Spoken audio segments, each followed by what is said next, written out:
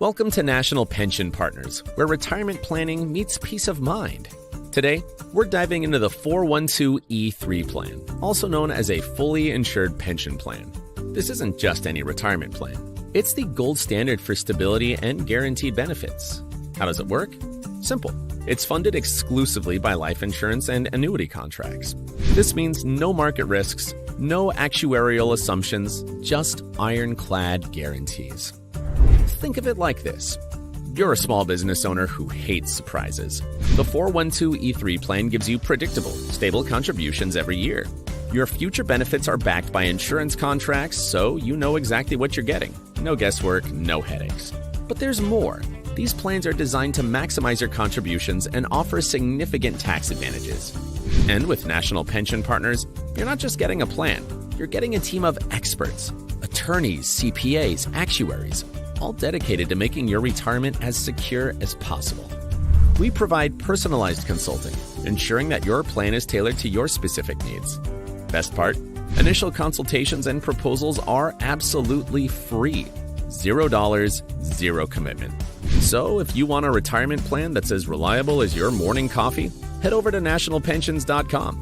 With the 412(e)(3 plan, your future is in safe hands. Retirement planning never sounded so thrilling.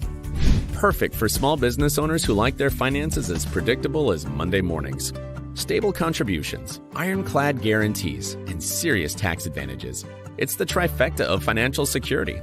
And with National Pension Partners, you get a team of brainiacs, attorneys, CPAs, actuaries, ensuring your retirement is as secure as Fort Knox. Oh, did we mention the free consultations? That's right. You get a personalized expert proposal with $0 down. So, if you want a retirement plan that's as reliable as your morning coffee, head over to nationalpensions.com. Because when it comes to your future, boring is the new exciting. Retirement planning never sounded so thrilling. For more details, check out National Pension Partners at nationalpensions.com. Retirement planning never sounded so thrilling.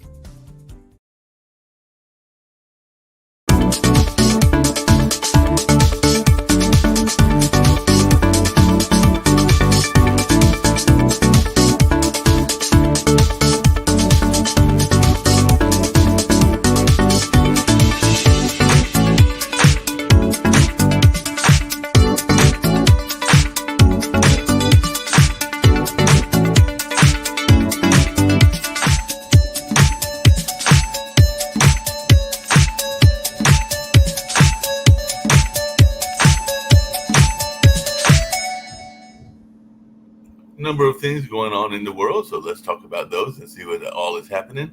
Lebanon has been rocked by deadly walkie-talkie and pager attacks, so that is one of the things that is taking place as Israel is turning its focus north toward Lebanon and Hezbollah. So definitely that is something that is going on, and it definitely looks like these pagers and walkie-talkies are exploding in that area. And the Middle East is bracing for a Hezbollah response to the Lebanon pager and radio attack. So that is something else that is going on in the news. And Pygmy Hippo Mu Tang is so adored she may get her own patent. So that is something else that is going on. And meet Mu Tang, the baby pygmy hippo, so popular you can visit her for only 5 minutes. So that's how popular she is. You can only get her for 5 minutes, and apparently that's a internet sensation and all along those lines. So definitely that is something else going on in the world. Venezuela's opposition leader says he was forced to sign a letter that admits a defeat, and India continues supplying ammunition to Ukraine despite Kremlin protests. So India's ammunition reaches Ukraine via Europe and Russia protests. So that's something else going on, and apparently that's raising the ire of the Russians. And satellite photos reveal damage from attack on Russia's biggest ammo. So video shows explosions after drone attack on Russian ammunition depot. Russia stockpiled missiles in Toropets, and Ukraine hit it with 100 drones. So definitely Ukraine drone attack triggers an earthquake-sized blast at an arsenal in Russia's Tver region. So that's something else that folks will be talking about as well. And the UN General Assembly demands an Israel end to the ends occupation of Palestine. So that's something that folks will be talking about as well. So the U.S. General Assembly demands Israel end the occupation of Palestinian territories. So definitely that's something going on, and they're asking them to do that within 12 months. So I guess that's a year deadline. And a viral 9-month world cruise saw plenty of drama, but not the kind you'd expect. A small flood, 2 deaths, and a cabin fire. So that was on a 9-month cruise, and some people have been talking about that because apparently this particular cruise was worth 42,000 pounds. So that was the Royal Caribbean's ultimate world cruise. And who knows, maybe on tomorrow we might hear some more about that particular cruise from our folks that do the cruise show, Good Ship Happens, and all along those lines. And a python squeezed a Thai woman in her kitchen for 2 hours before she was rescued by police. So a large python was filmed caught around a woman in Thailand, and like I said, she was rescued after having been in its coals for about 2 hours. And Portugal declares a state of calamity as wildfires rage out of control. So several lives have been claimed in the Portugal wildfires, and Portugal has mobilized thousands of firefighters to tackle the wildfires after a state of calamity was declared. And Japan's leaders are demanding an answer from China over a schoolboy's fatal stabbing. So a student 10 died after stabbing near a Japanese school in China, and Xi's nationalism faces reckoning after the murder of the Japanese boy. So definitely that's something that we've seen in the news as well. And U.S. ranks last in healthcare compared with 9 other high-income countries. And that is something that definitely does not need to be heard by a lot of folks here in the United States. So definitely that's despite spending the most. And definitely it'll be interesting to see what folks have to say about that. So U.S. has the worst healthcare system among the wealthy nations, according to a survey. And U.S. and allies seize control of a massive Chinese tech spying network.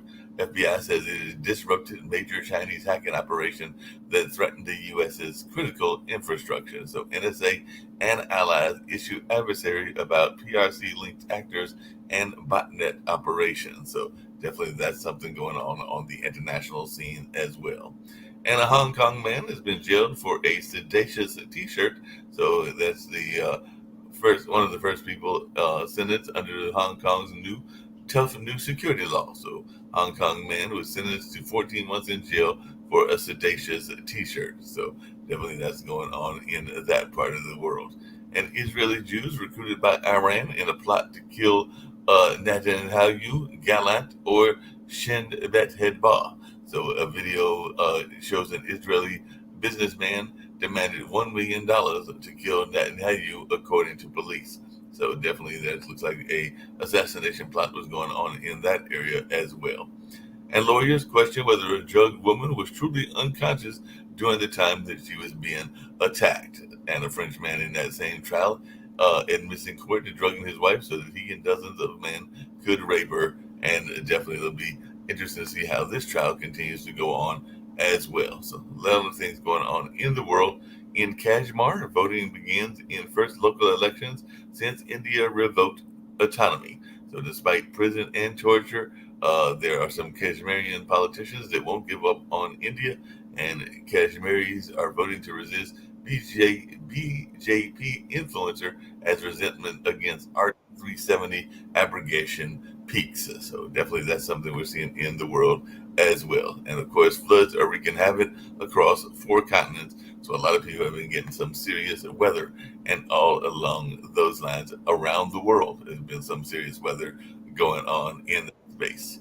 And he's not God, he's a loser. Jeff Duncan reacts to Trump calling on the GOP to shut down the government and everything like that. So GOP's Johnson flubs another floor vote as shutdown deadline looms. So definitely it'll be interesting to see all what goes on in this space and all in that kind of way. And polls are showing Harris and Trump tied nationally and a tight race in Pennsylvania. So Harris is ahead in Pennsylvania and tied nationally. So a lot of folks will be looking at these swing states and seeing what's going on in that space. And a body was found near Kentucky I-75 shooting scene, and that's the body they believe to be Joseph Couch. Kentucky couple said they found a body believed to be the interstate shooting suspect after scouring the woods for days. So definitely looks like that body might have been found, and all along those lines. And Donald Trump supporters converged on a rally at Long Island's Nassau Coliseum. And Trump pitched to New York, what the hell do you have to lose? So definitely looks like at that particular rally, there were big crowds, security tight for former president's rally in Uniondale, New York. So definitely that's something going now. And residents of Springfield, Ohio are hunkering down and praying for a political firestorm to blow over. So definitely the Springfield mayor has issued a proclamation after threats to public safety, and Ohio Haitian community leaders argue America should be an open country for everybody. So that's something we're seeing as well. And ex-officers are testifying against an ex-officer is testifying against his former colleague in the Tyree Nichols death case as well. So definitely that's something going on in that very place.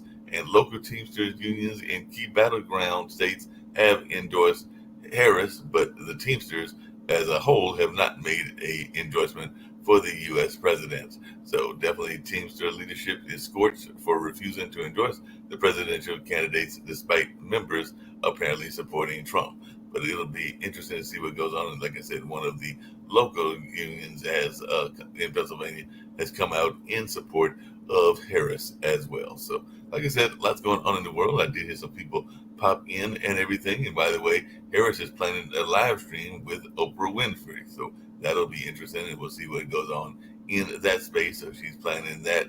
And apparently Trump is set to address and some folks behind and supportive of Israel. So both of them are trying to get some major people out in that sense and everything. So Oprah Winfrey is to join Harris in Michigan, and that's probably where that live stream will take place.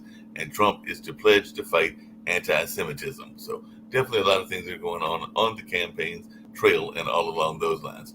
I've got Rick Rosner with me. I've got Dan Worthington with me. And it looks like Shaquille might be here as well. So definitely that's just some of the news items that I saw. But what's on your mind, Rick? So the Nassau Coliseum has a capacity of 16,000. So that's what Trump pulled. Maybe there were some people outside, not 60,000 as some people were claiming. I mean, that's a decent sized crowd, but you can't fit 60 into 16. You can't fit how many into how many? Some people are saying that he got 60,000 people, which is ridiculous because the auditorium only holds 16,000 people. 16,000 is quite a lot, Yeah. But it's not 60.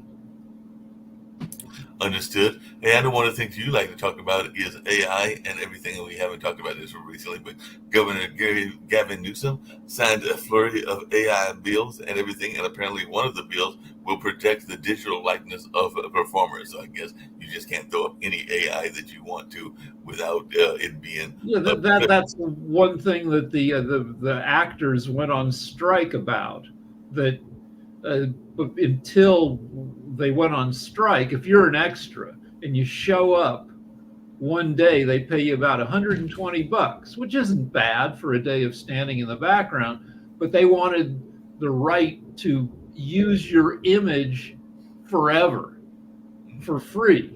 Like if they put a laugh track on a sitcom, some of those laughs are from people laughing in the 1950s, and those people maybe didn't even get paid. But that laughter is, forever from people who are long dead, who never got paid for laughing, and they didn't want the same situation for if you're, in a restaurant eating behind the stars. They didn't want.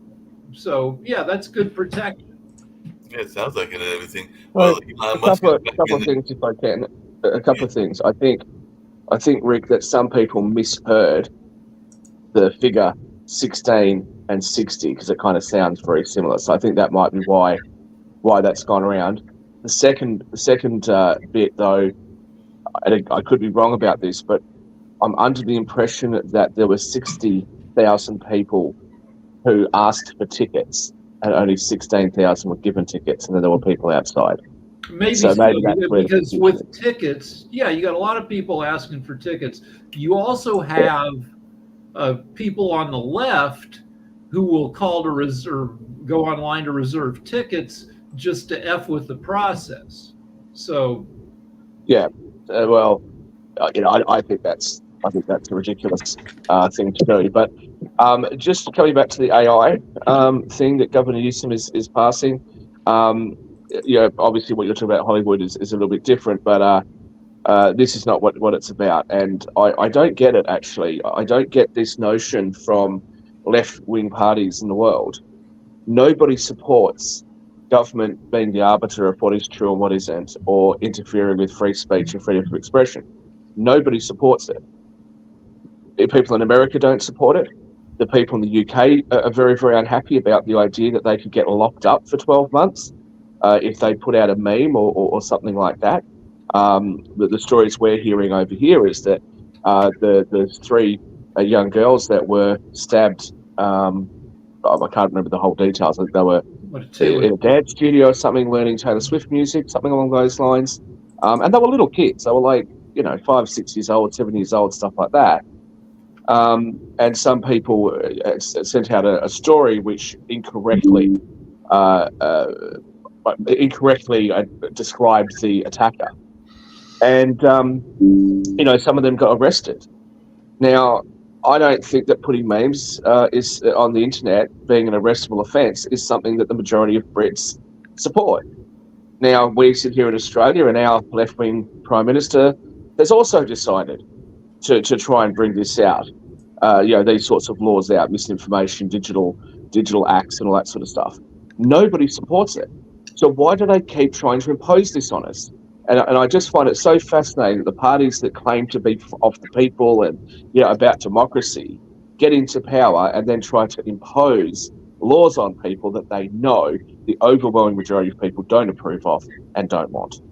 So I don't know I haven't been following England or any of the other countries that are, I do know that with 47 days to go until the election, the amount of bullshit flying around is crazy, and we're not going to fix that before the election, obviously, but the more sophisticated, AI deep fakes become, the more you'd want some resources. And yeah, you can say that you don't want the government being the arbiter, but I don't know what people are going to do in the future as fakes become more sophisticated. Well, okay. Well, maybe there needs to be regulations, but this is about politics right now, and I think that Governor Newsom is really overstepping the bounds. I would even question personally. I would question the constitutionality of that in the first place. So I'm looking at the press release out of the governor's office. Says Newsom signs bills to protect digital likeness of performers. So you're talking about some different bill altogether. Well, he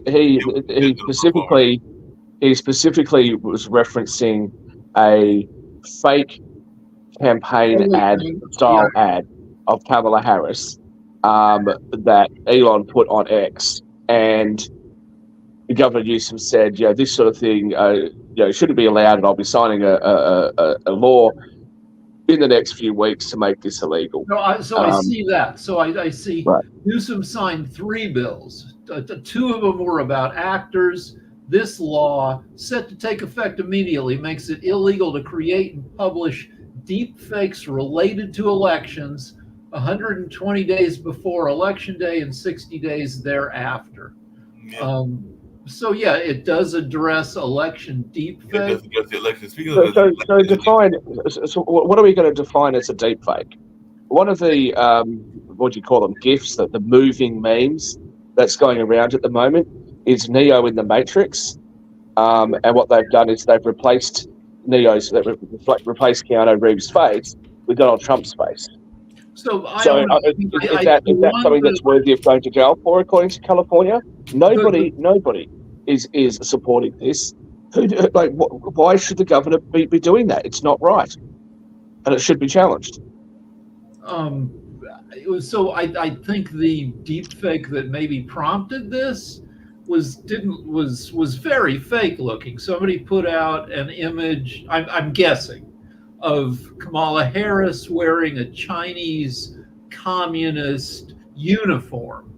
Look, I can actually send you the video, and it's actually her voice, right? Over background images, where she says, I've learned how to cover my incompetence from my mentor Joe Biden, things like that, right? It's clearly fake. But look, would you like them to put a label on there saying, "Hey, this is fake"? I mean, it just,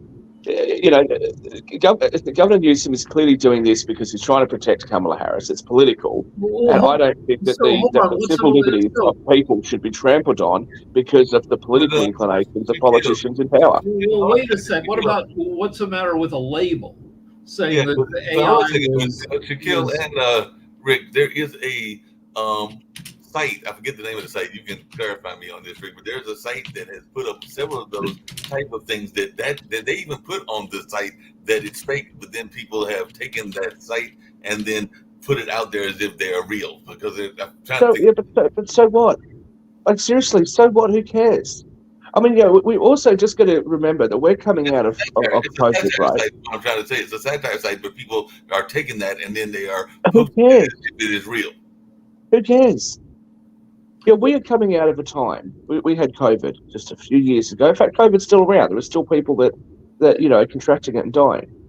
Yeah. We had this situation, and people were asking what I consider to be very fair and reasonable questions about the vaccine, about its safety. Which vaccine should I take? Should I, can I mix the vaccines? Can I have Pfizer and then Moderna, like the Canadians were advised to, right? And every step of the way, big media and government kept blocking everything. All information, all conversation has been dangerous misinformation. This show itself got a strike because of me asking a question. I said, if we're sitting here in Australia and our state premiers are telling us something different to what the federal government of Australia is telling us, which is also different to what the CDC is telling us in the United States, who are we supposed to listen to, right? We had a situation in Australia where people in Australia were saying we might be better off taking Pfizer vaccinations rather than the vaccination that they had here, the AstraZeneca, and being told, no, that's dangerous misinformation. You shouldn't be spreading that sort of stuff. Mind you, the CDC was saying that you should take Pfizer, not the AstraZeneca. Then Australia flips and says, no, you're right. Okay, we're gonna put AstraZeneca aside. You're gonna put Pfizer on. And you wonder why people get confused. Yep. Now, at that time, big tech started to censor people for expressing a viewpoint on the vaccines. So here we have one of the most consequential things that have occurred as far as healthcare that affected the entire population of this planet. That's been the most important thing, I would say, in over 100 years. And big tech censored people's ability to be able to talk to each other around the world about this issue.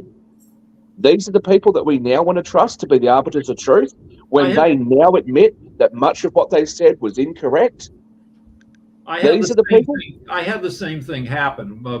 Lance and I had to leave YouTube because we would argue about, like, Lance believes a bunch of, I think, ridiculous stuff, and I believe, I stick to the mainstream science, and we'd argue about it, but just saying hydroxychloroquine or ivermectin would trigger an algorithm, and I got strikes all over the place, and they kept pulling down entire episodes, so we're not on YouTube anymore. So it is, it's, and I'm in the middle where, you say it's absolute bullshit to censor anything. I'm in the middle where, like, that was a pain in my ass and it bummed me out. At the same time, I don't love bullshit being spread.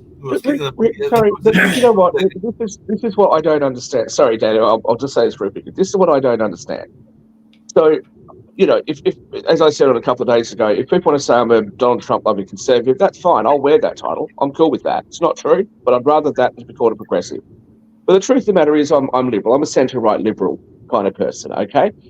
Now, I don't get it with anybody who calls themselves liberal, who then is okay with government controlling any aspect of our lives, especially our right to freedom of expression.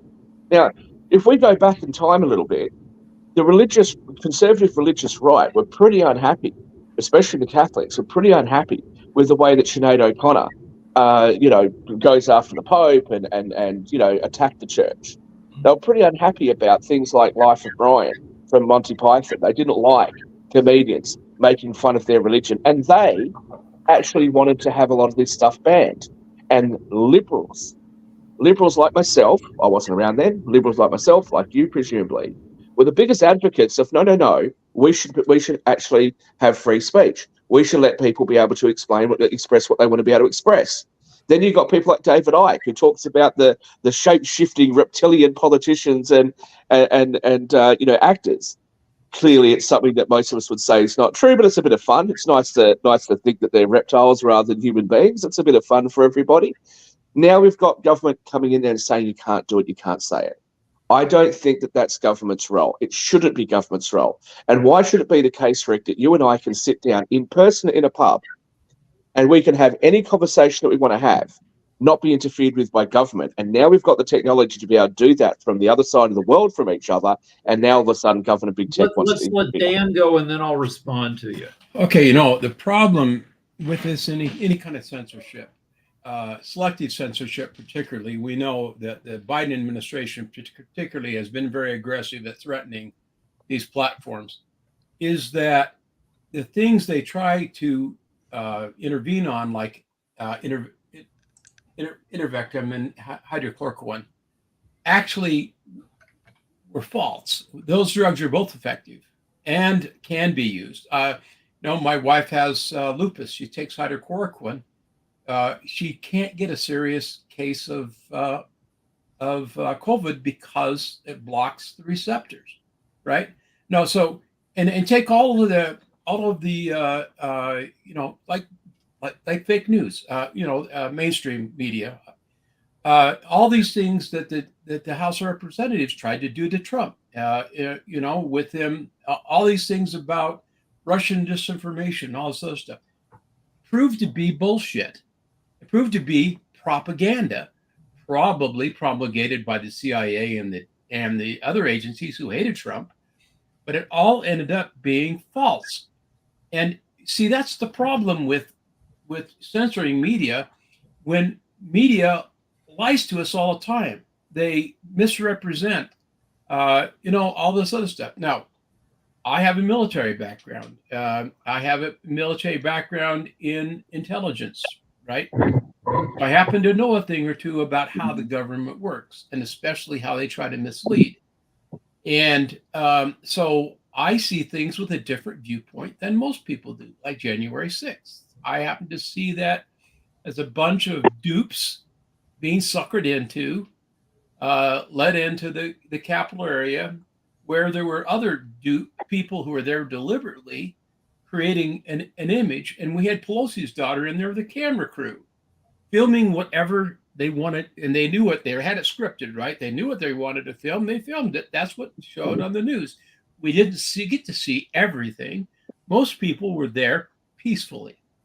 Most people were there just to demonstrate their disfavor with what the government was going to do. That is their right. Now we find a lot of those people in jail just for showing up, right? Including grandmas and other people. That's an abuse. Isolation. That's an abuse of federal judicial power. The government knows it. It sends a chilling message on people's beliefs. And okay, so I'm likely going to vote for Trump, but do you think I ever answer any of the polls? You think I make a lot of statements on this program that are clearly say that I'm a conservative and that kind of thing. I see the election as a choice between two evils, really. Although I don't see Trump as a threat to democracy, I see the Democrats as a threat to democracy for all the reasons the Republicans are saying it. And so, I have a different view, but half the people in America have that same view. Does that make it wrong or crazy or weird? No.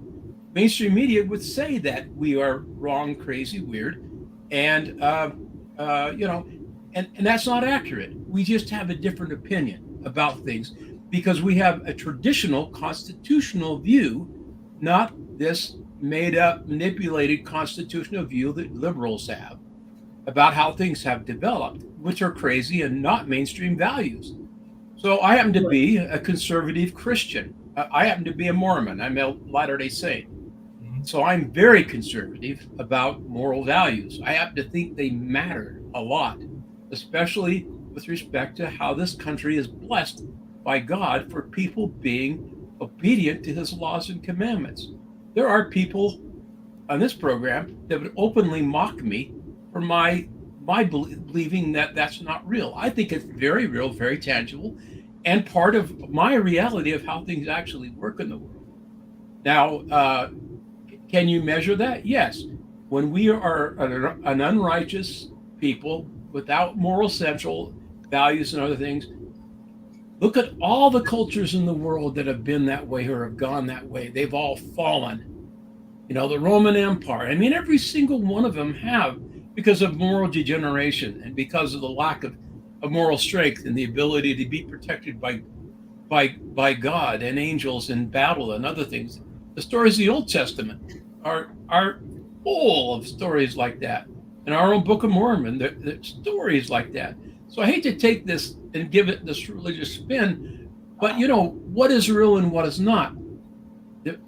See, so that's the point I'm trying to make, Rick. We see a world where people call one thing truth and other people call another thing truth. And, you know, the central reality really is all about, from my religious point of view, about bigger issues than any of this other BS that's going on. So I guess instead of censorship, I'd be okay with a label. We have a medical show on Pod TV where the expert is Dr. Michael Patmos, who's an epidemiologist and immunologist. And yesterday, his whole show was about how a lot of these COVID talking points, the DOJ recently indicted Tenet Media, which is part of a $10 million outreach by the Russian government to propagandize Americans using American podcasters, many of whom didn't know that or at least claim that they didn't know that their podcasts were being sponsored by Russia. But if people are putting stuff out there and it's being sponsored by Russia, or if an audio or visual message has been constructed with AI, I'm okay with throwing a label on it so people and then people just stop paying attention. Hey, Steve, we'll come to you in a second. I just want to say something real quick. So I smoke. Everyone knows I smoke. These are my favorite cigarettes. These are the ones that I buy when I'm in Switzerland, Dubai, or London. Okay, I'm not allowed to buy these in Australia because these have got the name of the brand and, you know, some gold writing and all that sort of stuff. Okay, but it also has a label on it. Now, I quite like these cigarettes because I think that they're quite nice. This is what I'm allowed to buy in Australia. And regardless of the brand, they all look exactly the same. They have some sort of horrible picture like this, and the other one might have a picture of a heart, or somebody dying of cancer and that sort of stuff. Plain packaging. Has that done anything? No. People still smoke. Smoking rates are going down because a packet of cigarettes, now the price has gone up even more. A packet of cigarettes in this country now costs $75. Well, so yes, smoking has gone down. Smoking rates have gone down, and young people are smoking less because it's not as fashionable. Hold on a second. I definitely want to get to Steve and everything, but before I get to you, I have to go to the hospital. Go ahead. I was hit by a car this morning, and I got to go to the hospital. I think I broke my leg and fractured my right arm. So, geez, dude. What are you still doing here? You should still be at the hospital. I'm getting ready to take an Uber to the hospital, but it just happened about an hour ago. Dude, if you think you broke your leg, don't catch an Uber. Get an ambulance and get down there. Well, did the driver stop? I think it's broken or fractured. But did the driver stop, or was it a hit and run? Hit and run. Did you get a license plate or anything? No. Oh, sorry. That's terrible. There are cameras everywhere. So if you can remember roughly what the car looks like, then speak to the police about it, and they'll be able to identify the car because there's lights at traffic lights. Meanwhile, I there's did cameras meet the at traffic governor. I lights. did have a good old-fashioned bourbon with Governor Andy Bashir of Kentucky that night. Yeah. That'll help. Have you already met with him, or you got to meet with him It later? Yeah, wasn't him that last hit you. night. You're driving home after the bourbon, was it? No. No, I took an Uber. But yeah, boy, he's real quickly. I just wanted to give a quick update, and hopefully I'll be okay. But at least I'm alive. But the main thing is the Fed is looking at making a more aggressive cut than normal, so we'll see the impact that has. J.D. Vance was in North Carolina yesterday. Trump's coming back this weekend, I think, to Wilmington. And Bashir was campaigning pretty hard for Josh Stein. So, but he's the only Democratic governor that won in a red state. I don't think the Democrats are winning Kentucky, but I was pretty impressed with them. Kind of a Appalachian guy, and West Virginia is not too far from Kentucky. So, and then next week Shapiro's coming. So all the gobs are coming in for Stein, and we'll see what happens. But anyway. That's all I got. What I tend to think for this governor's race, and the reason why I've sort of said that I actually think Mark Robinson will take it, is it really has to do with turnout. It's not to do with your state politics; it's turnout. And this is just my general feeling, and maybe I'm wrong. I'm not telling you a preference, but it doesn't seem to me that there's the kind of enthusiasm for Kamala Harris as what the polls would indicate. A lot of media reports, I think MSNBC said that they went to all the restaurants in Vegas and they could only find one person that actually said they were Harris. Sorry? They found 3. Okay, well, whatever. They didn't find very many people that were supporters of Harris. So that just indicates to me that there could be a lack of enthusiasm. It may not necessarily correlate to more support for Trump. It just may mean that people don't show up to vote. And if they don't show up for vote, then down ballot votes and state electoral votes may not come in as a result. Now, look, what do I know? All my political predictions are wrong so far, so I don't know. But that's what I'd be concerned about if I were Democrats. And much the same as what Trump's doing up in New York. Look, he says he can win New York. It seems very, very unlikely. But hey, it seemed unlikely that he would become the president in the first place. But also remember that media in New York bleeds out to Pennsylvania, it bleeds out to New Jersey, etc. So you get real bang for your buck when you spend that money in New York.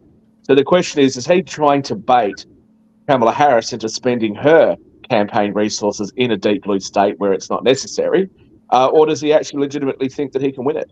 I think it'll be a very, very interesting election. Well, a couple of things I'm going to bring up real quickly for everybody. One, to your point about the impact of like those images when you showed the cigarettes, that is what some people will argue about, and Dan may agree with me, he may not agree with me, about some of the very graphic images that are shown around the abortion debate and everything, because that's one of the things that you'll even see on bulletin boards, where you'll see like the baby fetus and other things that can be shock value and everything. So they can have some shock value as well, and whether you are pro-choice or anti. But you know what? Things don't. That they don't have shock value. I mean, this is the complaint of people. Again, around the West world, our countries are all pretty similar. Okay, when people come out and they say things like, "Well, we acknowledge the traditional owners of this land, and the elders of such and such a tribe, past and present, all that sort of stuff." When you say that before every single speech, when you hear that constantly, and every single company's got it, it means nothing. The significance of it fades away to nothing. And so when you keep at people and you just keep at them and keep at them, eventually they just start to ignore that. It's like calling Trump Hitler.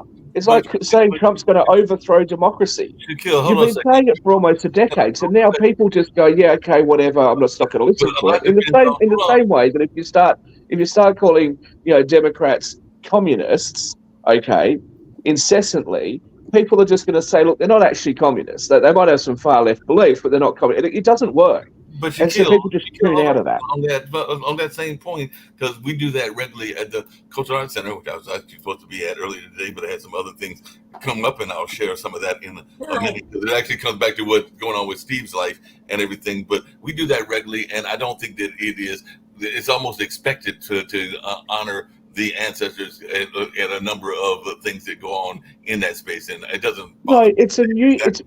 Mark. It's a new thing that was pushed by the woke left a handful of years ago. It's gone through Canada and America and Australia, and nobody pays attention to it. Look, there's signs of all descriptions nobody pays attention to. You go into a restaurant in North Carolina, you see a sign in English and in Spanish that says, all restaurant staff must wash their hands with soap before returning to the kitchen. Right? You see it in all the bathrooms. Okay, or what? And then it's got like some city ordinance, where it's a crime. What are you going to do? I'm sitting in a restaurant. Oh, yeah, ring 911. Yeah, g'day. Yeah, no, Australian, mate. Australia. Yeah, I'm at a restaurant here. Listen, I was having a wee, and as I came out, the bloke who works here didn't wash his hands. Can you send someone down? I mean, like, what? Nobody's going to do anything about it. This is merely a suggestion. But here's the thing. Here's the thing with that site. Your politicians. Hang on, just let me finish.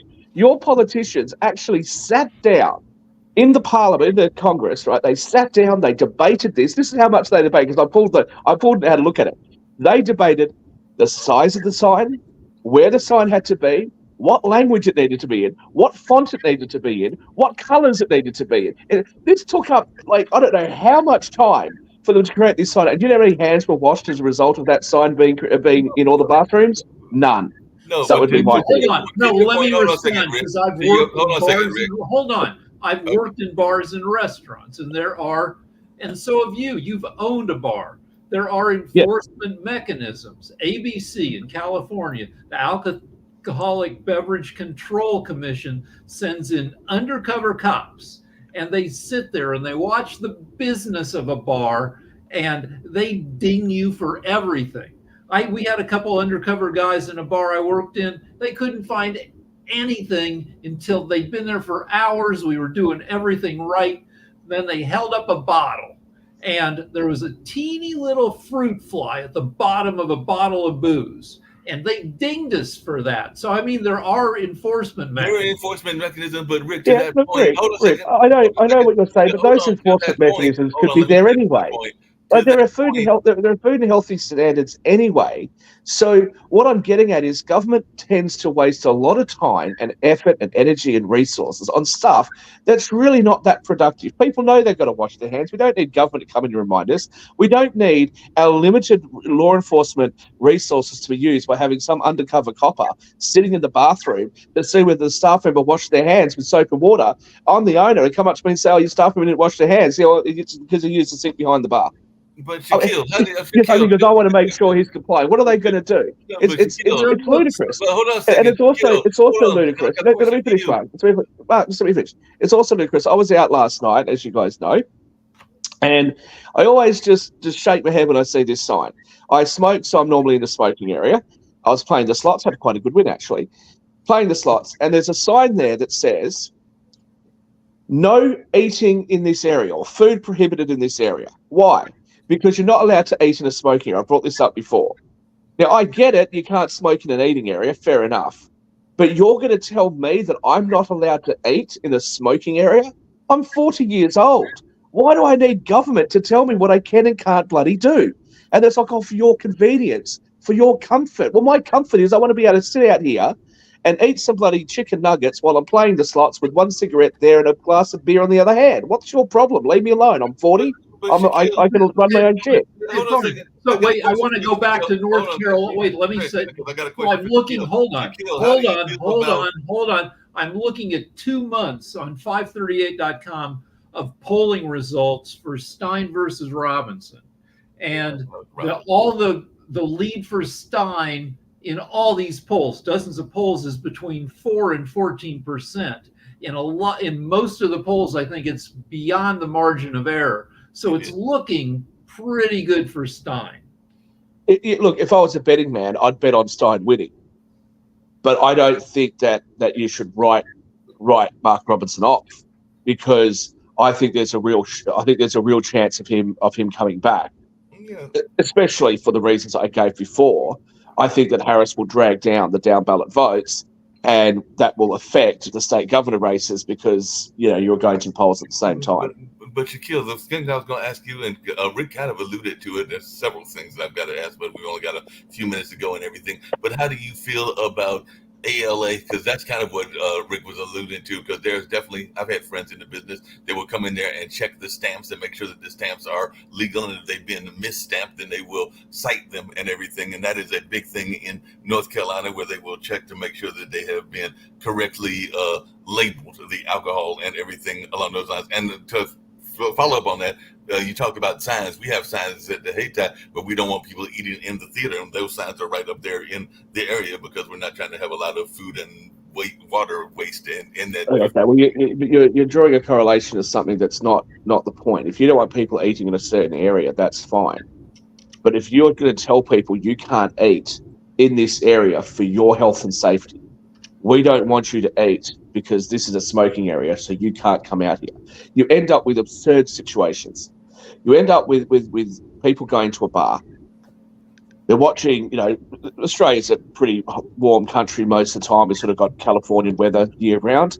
So we have these like outdoor TVs and stuff. People go down, they're with their mates, they're going to a pub, they're sitting around and watch the footy on a Saturday, having a beer, having a smoke.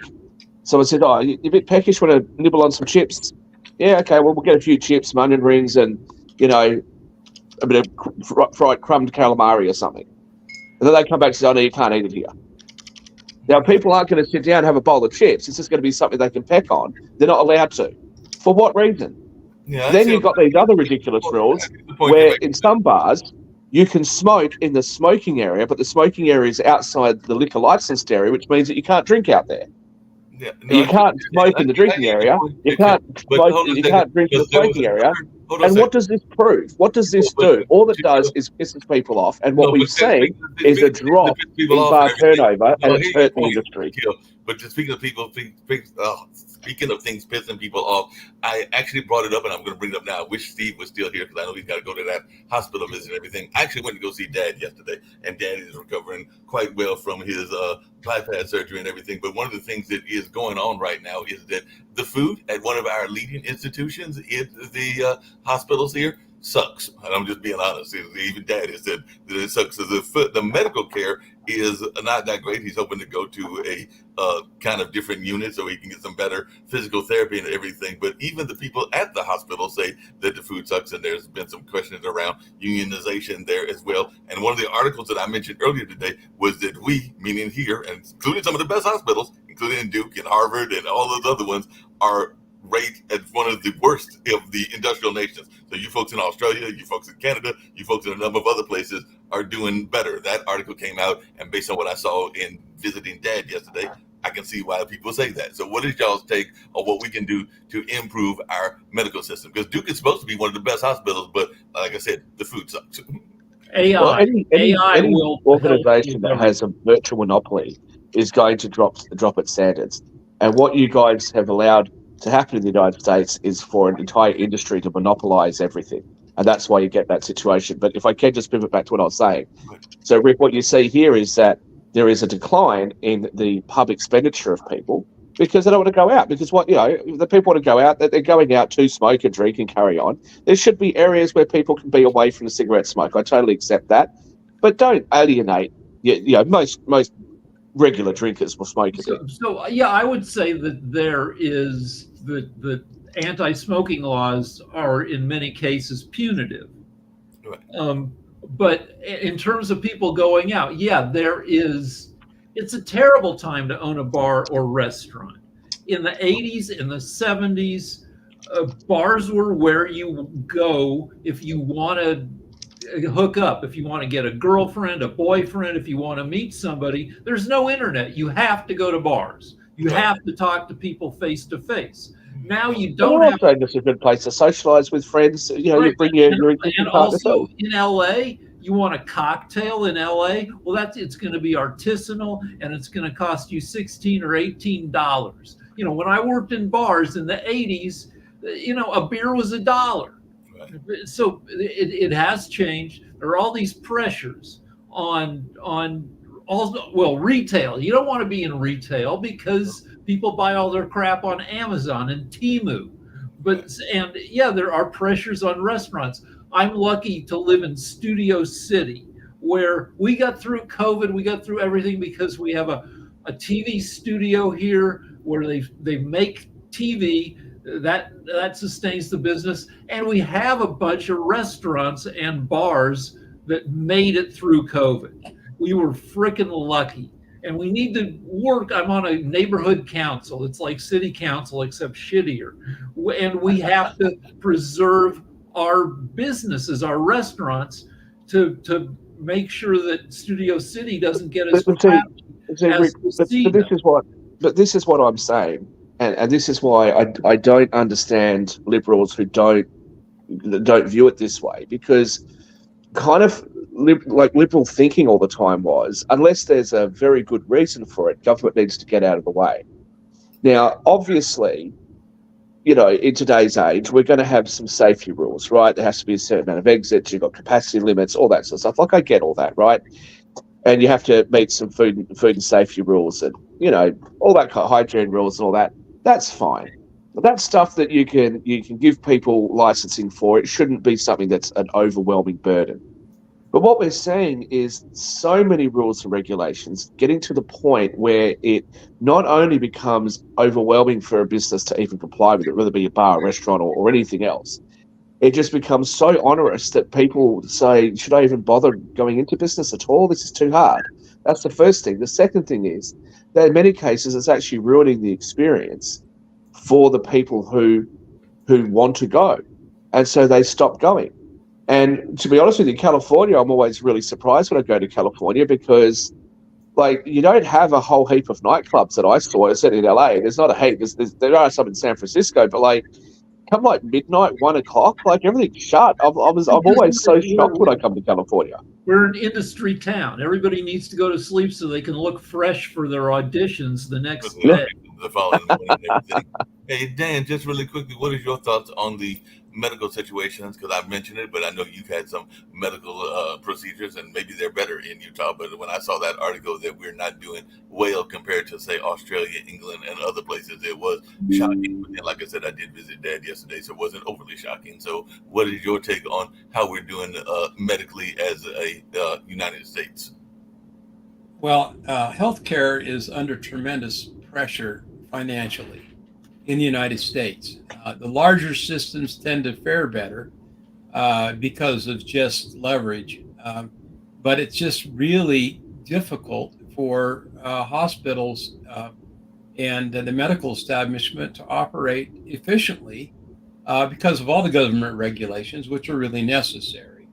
COVID was a real black eye for healthcare, because it turned a lot of hospitals and medical professionals into mean bastards.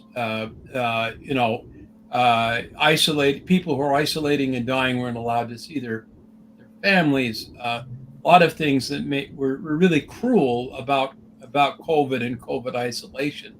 A lot of government policies around that, and the weaponization really of the healthcare system against ordinary people. We have seen that continuing on in the mentality of a lot of the hospitals in this country, particularly because there's been a deep politicization of healthcare in America, just like everything else.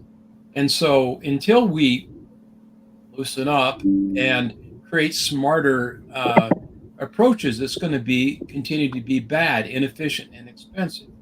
The hypocrisy around insurance and the multiple cost issues and Medicare reimbursements and all the other things, and whether they're one kind of hospital or another get reimbursements and that kind of, it's very inefficient and hypocritical. So speaking of hospitals, I won't be here tomorrow. Tomorrow's my colonoscopy. Today is my day of shitting a lot. You drink You got to do a lot of that before. That wasn't TMI or anything there, Rick. In hospitals, there are a lot, the insurance company, the way we do it leads to inefficiencies and abuses. And when private equity buys a ton of rural hospitals and then closes them down to in the name of profit, that's terrible. But one thing that will help medicine in the future is, as AI gets smarter, it can take over some of the functions. I always ask my doctor, what are you doing with AI now?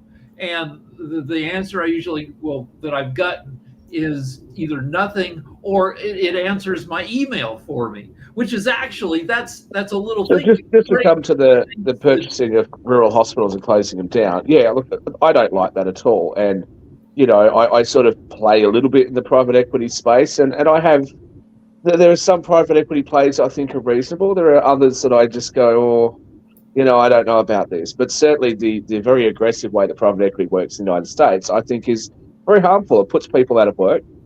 Especially when you go to rural America, you see, I've been to so many towns in the United States, and I look at them and I just go, this looks like it was a really vibrant town once. What happened? They go, oh, well, that factory shut down, and this thing here shut down, and there used to be 10,000 people that worked over there. And, you look at it and just go, I don't know. I don't know if that's what we want. But on the same token, you've actually, in the hospital space, doctors aren't allowed to own a hospital. That just blows my mind every time I hear it when I get to the US, because I've got friends of mine who are doctors, are very, very wealthy doctors, net worth more than $100 million. And they actually discuss with me, potentially setting up hospitals in the United States, which is way out of my league. I've got family in medicine, but I've never, run a hospital. And I just, when I look at their business plans, I just think this is insanity. That if I had enough money, could go and spend $500 million and buy a hospital or build a hospital, no problems, without having without having passed the medical exam or anything like that. But a doctor who has done that can't own the hospital. That's craziness. So there's one game. There's an insurance game that's played where, after I get a procedure, then we get an itemized bill. I pay like $100. But they say we charge your insurance company $32,000. Now, okay, so maybe they did, but the insurance company, which is like Blue Cross, which represents millions of people, Blue Cross says no, not 32. We'll pay you 12,000 because they have a lot of clout. But if you're an individual who doesn't have insurance, the hospital hits you with the same 32,000, and you're just one person calling the hospital going, what the hell? Well, Rick, hang on. Donald Trump made a change that said that the hospitals are required to tell their patients the lowest amount that the hospital would accept. But I do want to say, because I know you've only got a couple minutes left, well, that's everybody wants to know why I went into finance and not into medicine, or go into the film industry. Can you imagine how wrong somebody's life would have to be if they said, look, I was thinking about being a movie director, and then, I don't know, I decided to be a doctor, and what do you do now? Well, now I get a camera and a long tube and stick it up people's rear ends. And I spent 12 years at university and got myself $500,000 in debt in order to be able to do that. I think I'll stick to finance somehow. So I have an idea for tomorrow with my colonoscopy. I swallow a couple of rubies, and that's the doctor's tip. If he finds the rubies and grabs them out of there, that's a nice tip, right? You're gonna have reality TV. Wouldn't be a good idea. Possibly on Pod TV and everything, which would be very scary and everything. So that's I was awake for live broadcast of Rick's colonoscopy live in 50 countries around the world. Live on Pod TV. Just really quickly, hold on a second. We haven't heard from Jacoby and Sasha, so I don't know if they've got any pay-per-view. We're talking about medicine, and I know that Jacoby's wife is in that medical. Well, let's hear from Sasha first, because I didn't realize Sasha hadn't said anything. Sorry, Sasha. Come on in. Oh, no problem, actually. Rick mentioned earlier yesterday's show with the medical doctor, and he's described how Russian propaganda effectively works its way through the U.S. In fact, U.S. doctors. And there are people who are making fortunes on it because they're paid very well, and they ought to know that they are being paid by Russian money.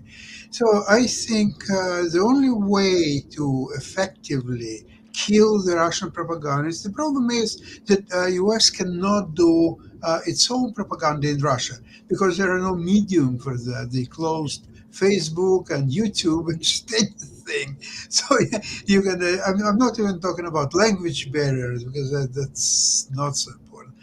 So, However, Sasha, how long has that been closed for? Like, has that always been the way, or is it just recently that they've blocked social media? recently they uncovered a group that was actively doing Russian propaganda, getting money, and it's now all being No, investigated. you said that America can't do it to Russia because Russia's like basically shut down social media. Has that always been the case, or is that just recently that it's been the case? I'd say recently, although there were all kind of threats against people who would use, for example, even 2 years ago, even before the war, if they would use, for example, Facebook instead of Russian equivalent, which by the name of Kontakte, designed supposedly by Durov, who is now in France, and he's giving all testimonies against his what its name. Telegram and so on. So, but that's another story. So, interestingly enough, through Telegram, Russia devised a plan to bring up a new cryptocurrency with the name TON, which supposedly already exists, but I can't confirm it 100%. And that would be available to all users of Telegram. So it would instantly get hundreds of thousands of users, so which will make it more liquid, more desirable, perhaps, and so on. But that is unclear at what stages it is designed. Of course, all the BRIC countries are using it, including Brazil and India and so on. So, you know what? It comes to the point that the only way to fight Russian propaganda would be, unfortunately, start the, I would say, a military controlled situation in the United States, which will be highly unpopular and so on. However, the aim number one of any state is to protect its citizens. That's number one. Now, the freedom of word and of speech and all that stuff comes distant second. The first one is to protect your populace. If you disagree with that and you think that freedom of speech is more important than protection of your citizens, then you don't have to do nothing. It's happening just by its way. And because of most American, they don't have immunization to foreign propaganda, especially sophisticated propaganda as Russian, they will be all immensely suffering, even through COVID means or through propaganda incentives and so on. There are just enough useful idiots in the United States who are unwillingly spread propaganda. Now, not of them are actually idiots because some of them are paid very good money. So these people I wouldn't call useless idiots. They are useless, but probably not idiots. And they're very useful, actually, to Russian assets. Sasha, can I just say a couple of things to you? Sure. Firstly, protecting citizens against misinformation, I don't think is such a big deal, especially if the worst that can happen is that they vote for the wrong candidate, Donald Trump, instead of voting for Kamala Harris. Shaquille, has nothing to do with voice. But secondly, can I just say this? I think rather than having the military get involved, maybe they could do something. I'm going to really go out on a limb here. Something like what happened when I was at school, where we had to read 1984 and we actually learned propaganda and we actually learned not to trust everything that we see on TV because a lot of it's make-believe. Maybe if we taught people that, maybe that would help. You know what? Supreme Court made a ruling that president is immune for whatever he does as his action in the office. That's not quite what the ruling says. It's a rule of Supreme Court. There is president is immune against being prosecuted or even sued by anything, whatever he's done as his line of duties while in office. So there is nothing. Hold on, Shaquille. Stop this cheap stuff, please. Thank you. There is nothing to prevent Biden to start military order in United States and throw all these useful and not so useful idiots to jail, and he is immune. Same thing would reply to all the people who are spreading all this horrible propaganda about people eating dogs and cats and all that stuff. To jail.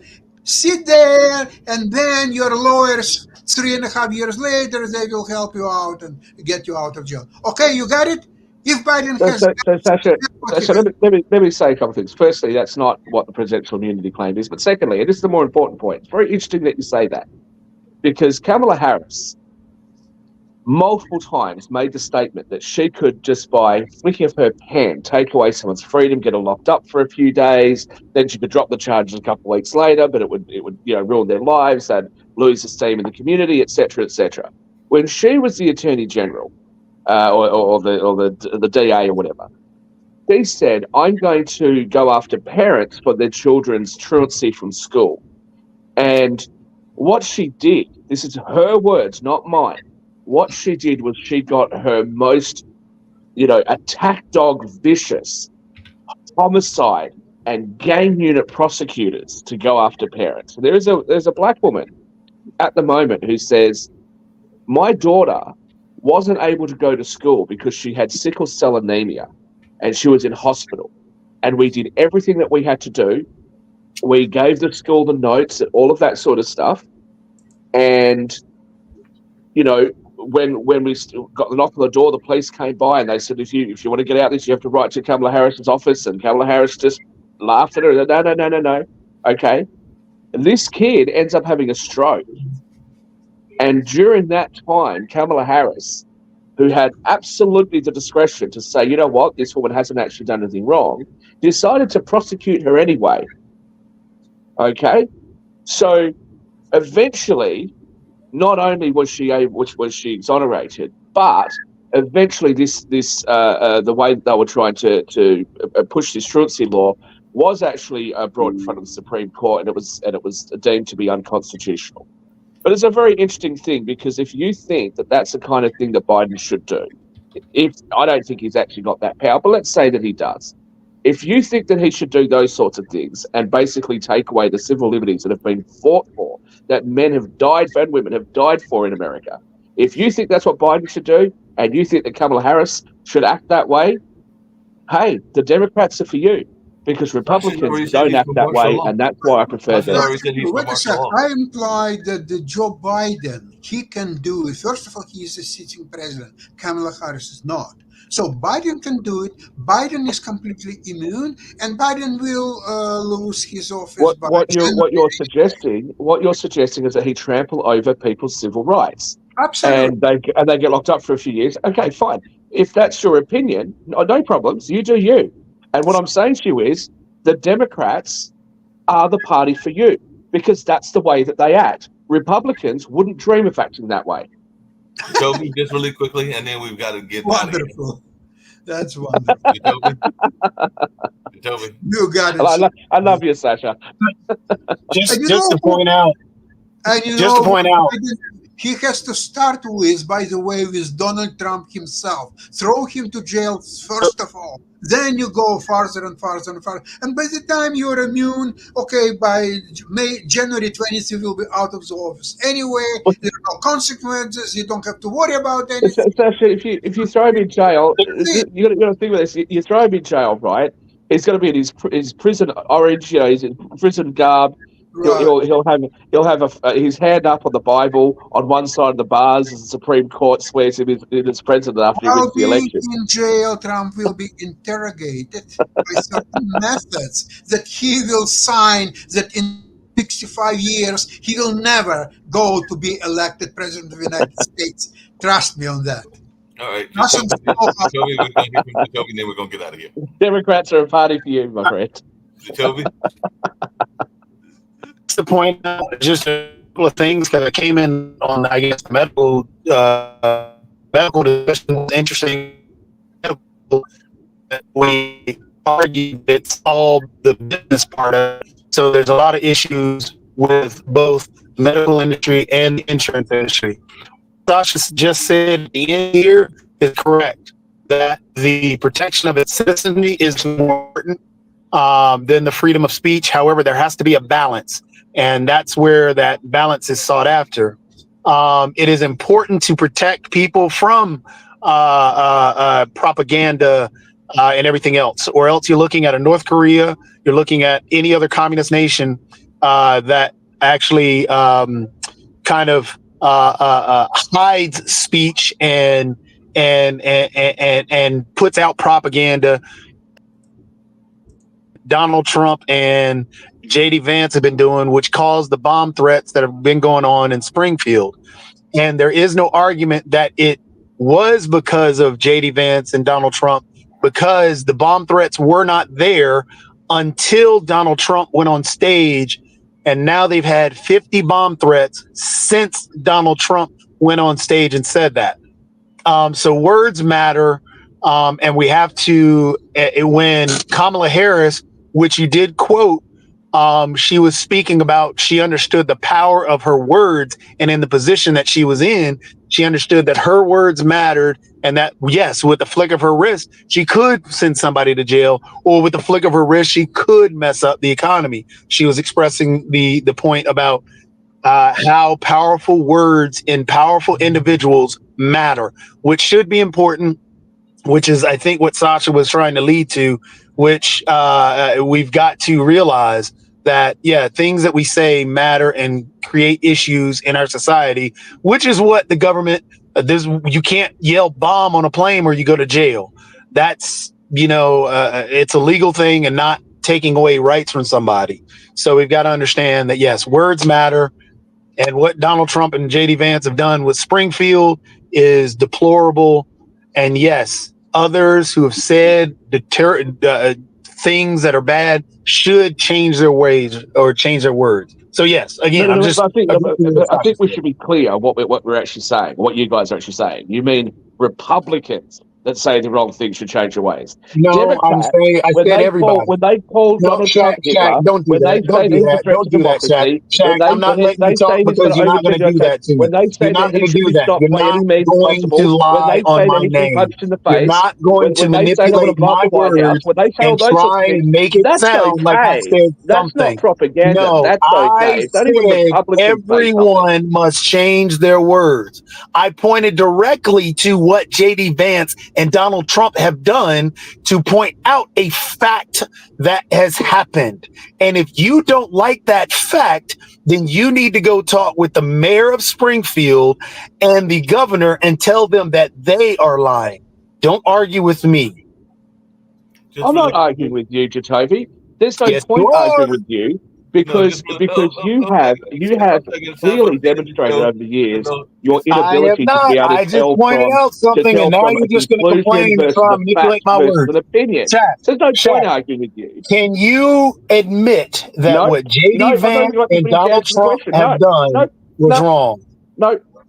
No. Then thank you. Move along. Really quickly, because we're going to get out of here. I am got to say something to you, Jacoby, and everything, because when you came in the room, and this is just a general rule for everybody, it goes for you as well, Dan, and everything. Y'all have both brought drinks and food into the room and have not offered anything to me and the rest of the crew and everything. So I'm sitting there going like, wait a minute, we got to have some drinks. So we got to bring some drinks. And I saw you had a whole dish, Jacoby. You got to bring some for the entire room. You know the rules. You got to bring some. I picked up some okra from Rise, some fried okra. So I'll bring you some, Mark. Dan, you had your hand up. Did you want to say something? Yeah, I the lives of cats and dogs matter. Yes, lives of cats and dogs definitely matter. I like that note. And on that note, we're going to get on out of here because I am a supporter of nature, and yes, cats and dogs' lives matter. So on that note, we're going to get on out of here. Good way to break it and everything. Dan, I like that. That was a good way to break things. So on that note, we're out of here.